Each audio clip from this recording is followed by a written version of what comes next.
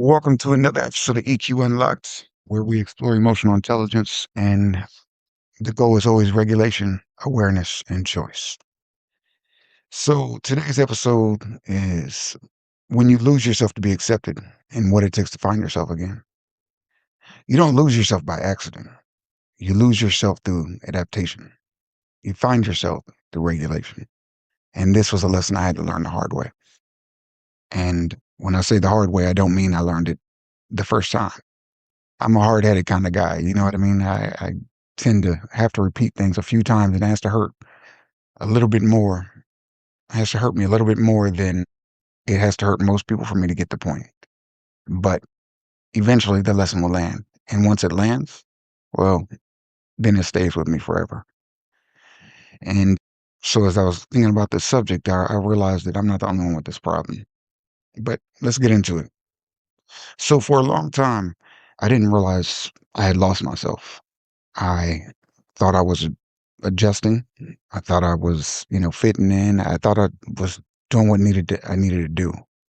But the truth is I wasn't adjusting. I was disappearing. And that's I lost myself. And I found myself and I lost myself again. I found myself, I lost myself again. And this was a pattern that repeated over and over and over again. But at the core of it was a lack of regulation. Something would happen, someone would enter my life, and I would let it throw me off my balance.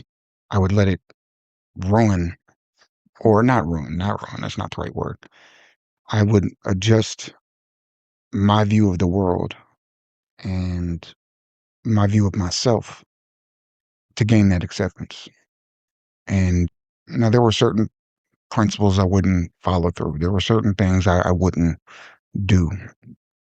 However, what I realized is that each and every time I lost myself, you know, I lived in a community that was very small and very closed off from the rest of the world. And, there was a part of me that was always myself, right? I wore clothes that not everybody wore. I spoke in a way that not everybody spoke. I was me in that way. But I lost myself in when I stopped doing what had to be done and I did what was socially acceptable. So it took place over a course of time. It wasn't just instantaneous, like, oh, I moved here and now I want to be accepted, so I'm going to change everything. It was a little bit at a time. I changed myself to be accepted. I would over explain everything. I stayed quiet when I should have spoke up. I became what people expected me to become. And I imagine, like most of you, we don't lose ourselves all at once. We lose ourselves in small adjustments over time. And so I want to explore this idea of what does it mean to lose yourself? Well, when you're angry, comes from your core values being like fought against, right? Or clashing with your reality. And what I realized is that there were things that I saw as right and wrong. And little by little, I started giving in to these things. And what did that look like? That looked like just, it looked like making small concessions, you know, it looked like just trying to adjust myself to be accepted into a world that at the end of the day, I didn't even really want to be a part of. I just couldn't see it. And so the real factor is, the real factor is that I was trying to regulate. But when I was in these environments, it was fear of rejection, it was fear of being seen. It was my nervous system trying to protect itself. And that wasn't me being fake. It was my nervous system trying to keep me safe. So, for example, when I mentored kids, which you guys have heard me talk about time and time and time again, I would go into a school or I would go into a court system or I would go into even a household, a family household, and I would listen and I would observe and I would be quiet. And now there were certain times where things would come up and I would take a stand because I just felt like it was completely wrong. But there were a lot of times that I made micro adjustments, and those micro adjustments, they ended up costing me everything. But all of that was just to gain a sense of stability, a sense of safety, a sense of comfort. So you have to see, you have to understand that in these different situations, my livelihood was at stake, right? I had to make money to take care of Journey and I. I had to grow, I was trying to grow this business, so I made concessions. And recently, I was speaking with a mentor about a project I'm working on, and the idea came up of making more concessions, and it really hit me. It really hit me because I was like, "No, I'm not making that concession." And so what the concession was is something that's very common in business. He said, "Oh, just change the numbers." He said, "Make your target number way higher than you actually expect it to work in said time frame." And that way, business already expects that. They already expect that to happen, and so they're going to be impressed if they even get half that number. And as he was talking, I valued what he was saying because I understand that's the way typical business is done, and and I really respect his opinion. He's a very knowledgeable man. But what lapsed for me, or what the disconnect was, is that if I go in and I make that small concession of, "Oh, wait a minute, just fluff these numbers so the buyers will be more intrigued." Well, that takes away from my integrity. And what does that do? That puts me outside of myself. So then the struggle becomes internal because I know that I'm not living in integrity. And so that's a very powerful thing. That's a very, very powerful thing. And so just acknowledging that and realizing it, I was able to look back on the past and see how many times I had done that before. And so it made it very clear to me. But then I started thinking about how many times through our day do we make choices that don't align with what we know is right, and then have internal conflict and are confused as to why. And so that brought me to a point of asking, what is this costing me? What does it cost me to not do what I want to do or what I believe to be right? It's a loss of identity. It creates confusion. It creates internal conflict. It creates the inability to trust myself. And what's more for us is that we don't even realize it's happening until we don't recognize ourselves anymore. And so recently at my job, there was a situation, and I'm going to try and handle this with the utmost care and concern and respect. But there was a young man or a young man who took his own life, and it was really hard. I saw everybody around me struggling, and essentially, you know, people wanted to keep it hush hush and not talk about it. And which I get from a business standpoint, the value in not really talking about it. But from a human standpoint, which I care much more about, it needed to be talked about. People needed to be addressed. Things needed to be said. And I was watching everybody around me just pussyfoot around the situation and like not really address it. And I get it. And I didn't know this young man personally. I want to be clear about that. But somebody, I saw all these people around me struggling with this young man's death. And I say to myself, well, they don't want us to talk about this because it's uncomfortable. But if I don't talk about it, I'm going to create discomfort in myself. So how am I going to manage this? How am I going to take care of this? Right? Because something has to be done. Because if I don't, what happens? I lose my identity. I create confusion internally and externally. I give myself reason not to trust myself. And at the end of the day, just like I said, I create an internal conflict. And so I made a decision to go to everybody I knew who was impacted by this. Everybody I knew from hearing you know, hearing people talk that they had lost somebody. I made it a point to go up to them and let them know that I was sorry for their loss.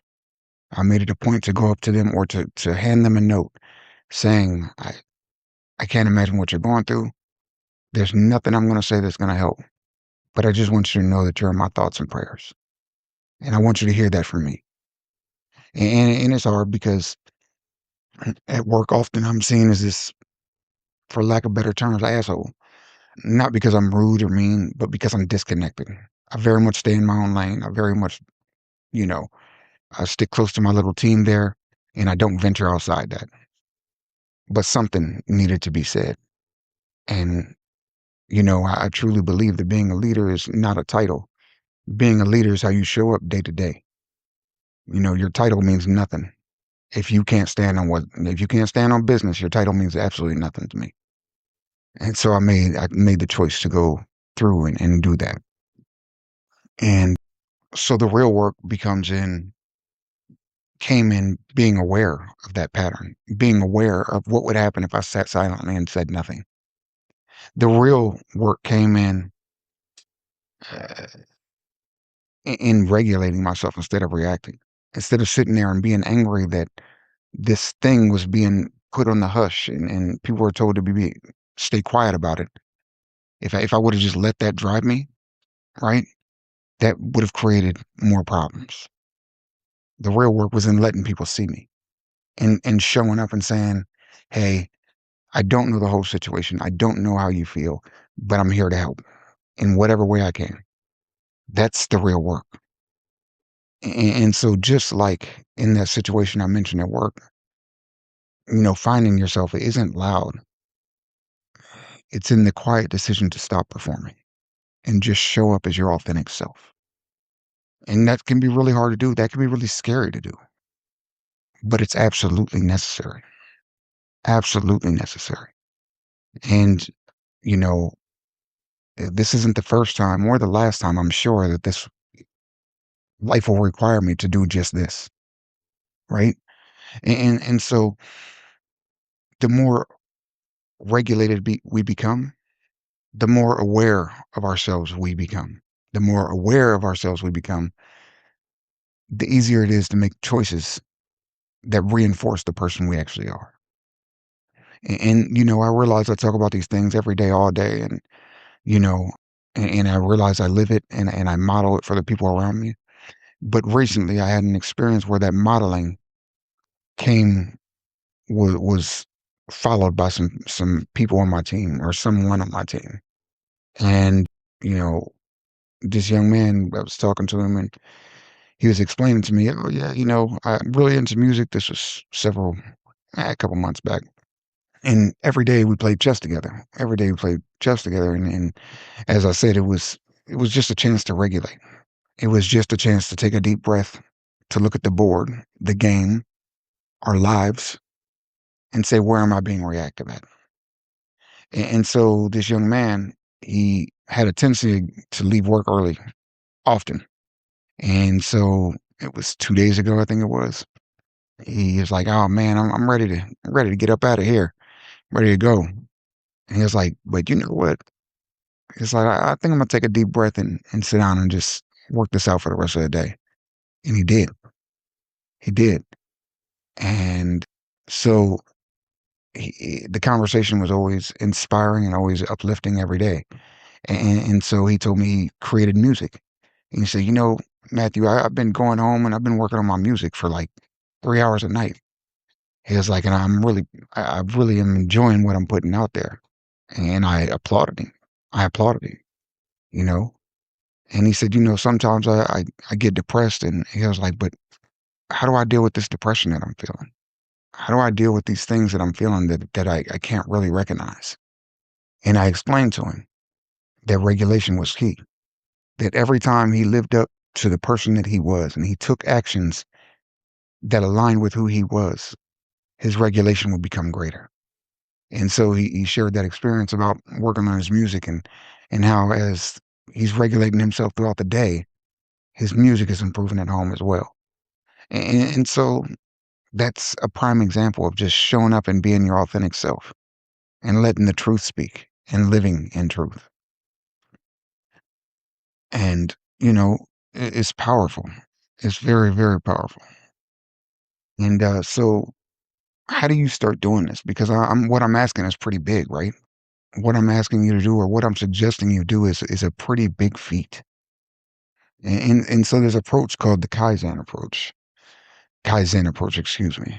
And I believe it comes from Japanese culture. And essentially what this approach says is that if you build things one upon another, one upon another, one upon another, that life will improve and that anything can be improved through micro improvements.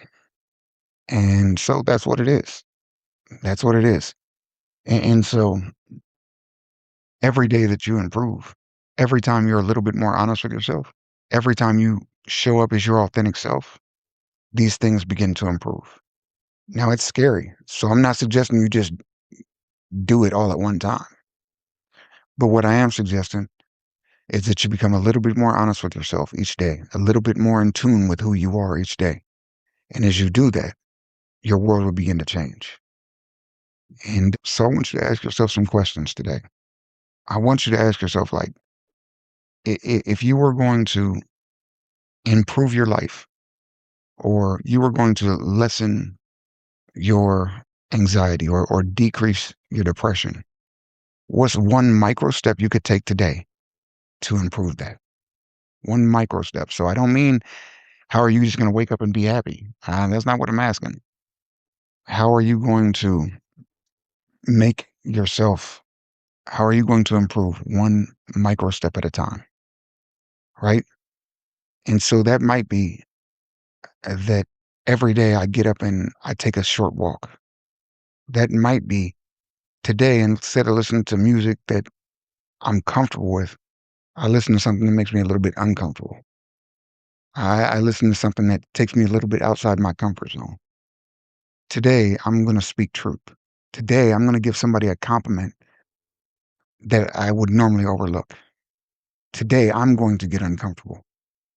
And through those things, through those sessions, through those showing up for yourself day after day, you improve. And all of a sudden, the world doesn't seem so scary. All of a sudden, what happens in my experience is that showing up authentically is the only way to live. You know, there was a situation, and it was a situation of somebody I loved a great deal.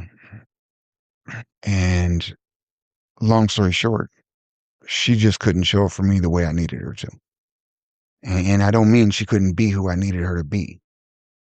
I mean that while her words claimed that she loved me, her actions showed me that she was, her fear of life was greater than her love for me. And I love this person immensely. I really did. I immensely. And so I explained to her, once I started showing up for myself, I explained to her that I needed more and I wasn't going to tolerate less than I deserved. And then if she couldn't give that to me, then it was time for our relationship to end. And that person faded out of my life after that conversation. I never spoke to her again. And so we had been through a lot. We had been through a whole lot.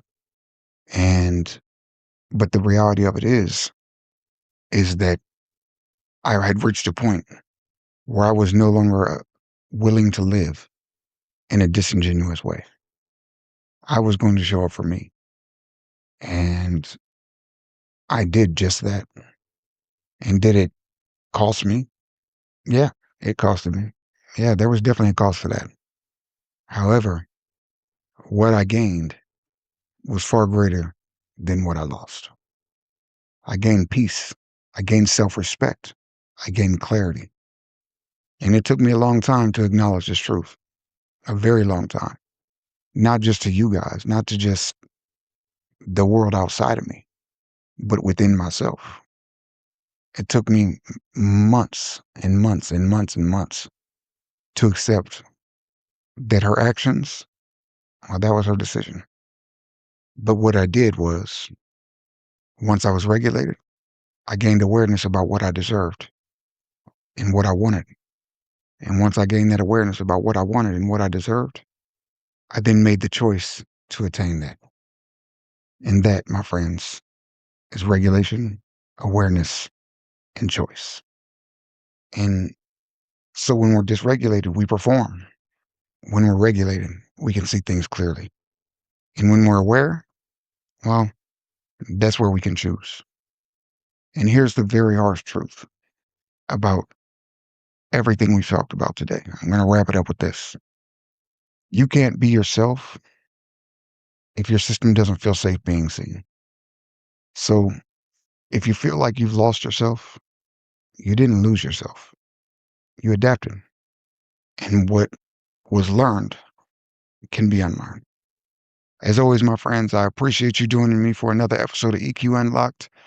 As always, go visit Matthew F. Stevens, get that regulation baseline down. Check out Phase Zero. As I mentioned before, I'm on Instagram for EQ Unlocked. I appreciate all the love and support I'm gaining. Appreciate all you guys following, sharing, liking. It means a lot to me. It really does. And together we can make the world a much better place for ourselves. And like I said, head on over to Matthew F. Stevens and take the regulation baseline assessment. As always, be amazing. Be you. As this episode comes to a close, take a moment to notice what stood out for you. Emotional intelligence isn't about having all the answers. It's about building awareness, understanding yourself and the people around you, and choosing how you respond, especially when things feel difficult. Growth happens through reflection and practice, not pressure or perfection. If this conversation supported you, consider sharing it with someone who may benefit from it as well. To explore more tools and resources around emotional intelligence and personal development, connect with EQ Unlocked and Knowles. Until next time, remember, better awareness leads to better choices, and better choices lead to a better life. This is EQ Unlocked.